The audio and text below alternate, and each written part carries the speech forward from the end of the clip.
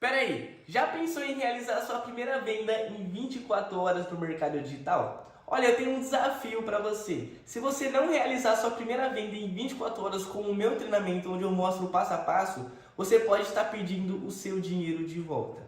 E por apenas de R$19,90 você pode ter esse método passo a passo e aplicar já para você conseguir realizar sua primeira venda em 24 horas. Então toca no botão e vem para a turma porque tem lives todos os dias também.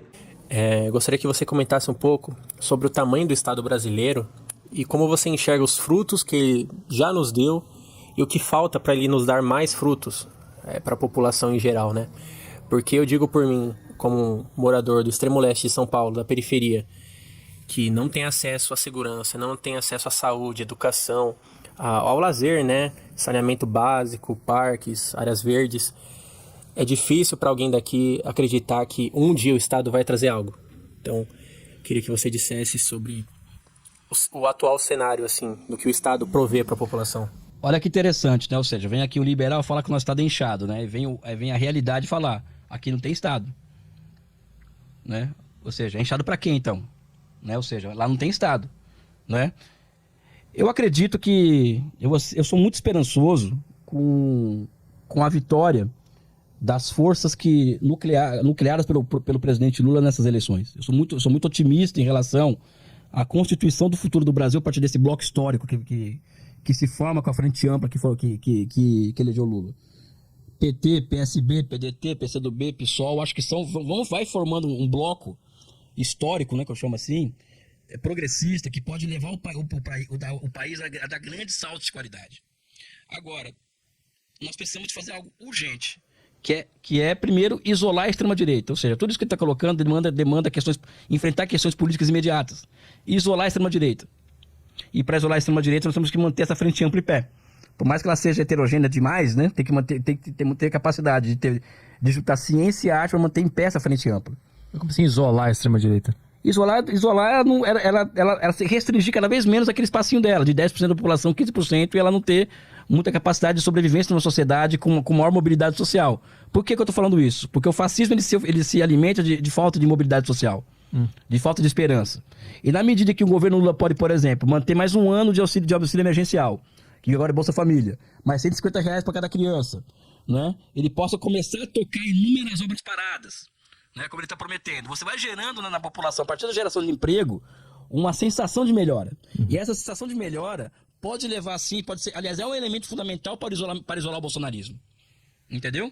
E agora, passar dessa fase é enfrentar os problemas estruturais, que é isso que ele está colocando. E sem isso, e sem Estado, não vamos fazer isso. Então, por exemplo, qual que é uma medida institucional fundamental para enfrentar isso? Derrubar o teto de gastos. Para que o Estado volte a ter possibilidades de enfrentar a realidade a partir de pacotes fiscais, a partir da criação de moeda, por exemplo. Né? Para enfrentar grandes obras de infraestruturas, construir hospitais, escolas. Ou seja, hoje, por exemplo, a minha universidade que eu dou aula, a única coisa que evita a sua expansão para que ela tenha mais protagonismo regional no Rio de Janeiro é o quê? É o acordo de recuperação fiscal que o Rio de Janeiro fez com a União, que impede o Estado do Rio de Janeiro de investir. Porque se investisse, a UERJ se expandia.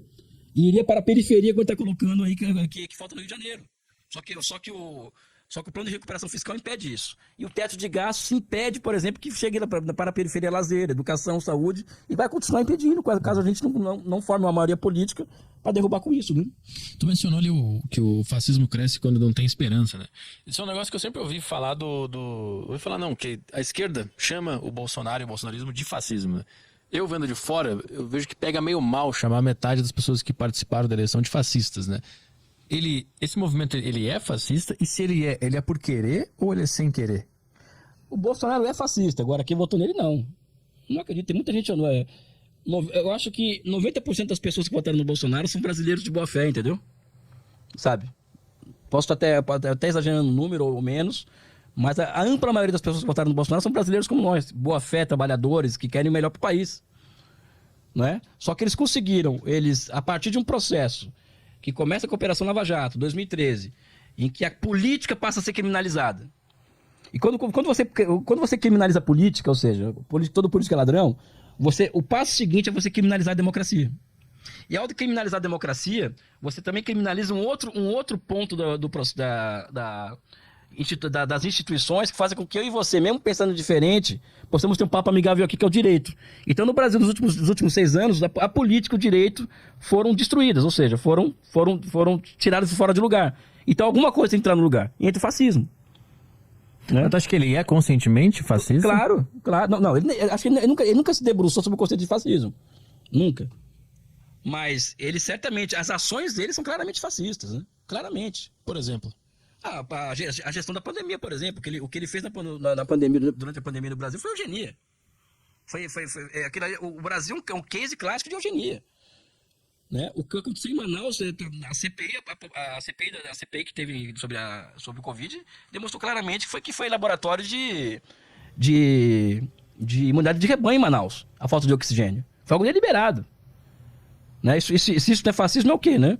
Ou seja, a política dele para, por exemplo, a tolerância do Bolsonaro para com a violência contra os índios, por exemplo. Né? Isso é fascismo. Porque ele julga os índios, por exemplo, uma minoria étnica, uma minoria, vamos dizer assim, inferior etnicamente. Não vê índio como brasileiro.